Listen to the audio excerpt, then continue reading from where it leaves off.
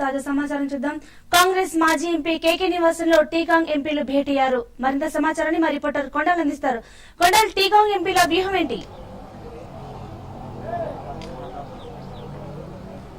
నర్మదా, మరోసారి ఈ రోజు తెలంగాణ కాంగ్రెస్ ఎంపీలు కేకే నివాసంలో భేటీ కావడం జరిగింది. ప్రస్తుతం మన కేకే నివాసం దగ్గర ఉన్నాం. ఈ సమావేశానికి మంద జగన్నాథం, రాజయ్య, అదేవిధంగా కోమటి రాజగోపాల్ రెడ్డితో పాటు గుత్త సుఖేంద్ర రెడ్డి హాజరు. మరికొంతమంది ఎంపీలు పూర్ణమి ఆస్కి వీళ్ళందరూ కూడా మరికొంతసేపట్లో ఇక్కడికి రానున్న సమాచారం ఉంది. మొత్తానికి తెలంగాణలో ఒకవైపు ఎంపీలపై కాంగ్రెస్ ప్రజాప్రతినిధులు వస్తున్న ఒత్తిడికి అనుగుణంగా రాజీనామాలు చేయాలన్న డిమాండ్ ప్రధానంగా వస్తుంది. నిన్న సమర దీక్షలో కూడా ఇదే అంశాన్ని ప్రకటించిన సందర్భం ఉంది. దీనికి అనుగుణంగానే టీఆర్ఎస్ తో పాటు పొలిటికల్ జాక్ కూడా ఒక కార్యాచరణ సిద్ధం చేస్తున్న నేపథ్యంలో రాజీనామాలు చేయాలన్న దానిపైన ప్రధానంగా చర్చ సాగుతుంది. నిన్న ఈ రాజీనామాల దానిపైన చర్చించుకున్నారు ఎంపీలు.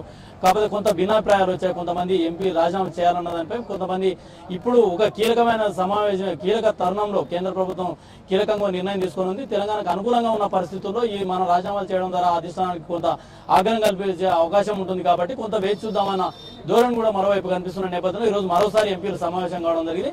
ఈ సమావేశంలో ప్రధానంగా ఎంపీలు తామందరం రాజీనామాలకు ఇప్పటికీ సిద్ధంగా ఉన్నామని చెప్పి కూడా ఎంపీలు స్పష్టం చేస్తున్నారు. దాంతోపాటు ఎలా అంటే స్పీకర్ ఫార్మాట్ లో గతంలో ఒకసారి సామూహికంగా రాజీనామాలు చేసిన నేపథ్యం కూడా ఉంది. కాబట్టి అలా కాకుండా ప్రజలు నమ్మే పరిస్థితులు లేదు కాబట్టి ఖచ్చితంగా ఒక స్పెసిఫిక్ గా స్పీకర్ ఫార్మాట్ లో రాజీనామాలు చేయాలన్న దానిపైన చర్చించుకుంటూ, దాంతో పాటు పార్టీ పదవులకు అదేవిధంగా ఎంపీకి పార్టీ పదవులు కూడా రెండు ఒకటేసారి రాజీనామాలు చేయాలా, లేదంటే ఎంపీల పదవుల వరకు రాజీనామాలు చేయాలన్న దానిపైన కూడా ఈ రోజు చర్చించుకుంటాం. దాంతో పాటు స్పీకర్ కు డైరెక్ట్ స్పీకర్ ఫార్మాట్ లో పంపుదామా, లేదంటే సోనియా గాంధీకి పంపుదామా అన్న దానిపైన కూడా ఒక చర్చ సాగుతుంది. మొత్తానికి గతంలో రాజీనామాలు చేసిన నేపథ్యం ఉంది కాబట్టి, రాజీనామాలు ఆమోదించిన నేపథ్యం ఉంది కాబట్టి అలాంటి పరిస్థితులు మళ్ళీ రాకుండా ఒక పటిష్టమైన వ్యూహంతో అంటే ప్రజలు నమ్మే అంశంగా రాజీనామాలు ఉండాలన్నది ప్రధానంగా ఇస్తున్నాం. దీనిపై చర్చించుకున్న తర్వాత ఒక క్లారిటీ వస్తుంది. ఈ రాజీనామాలతో పాటు సోనియా గాంధీకి ఒక లేఖ రాద్దామని ఇప్పటికే ఎంపీలు డిసైడ్ అయిన నేపథ్యం ఉంది. కాబట్టి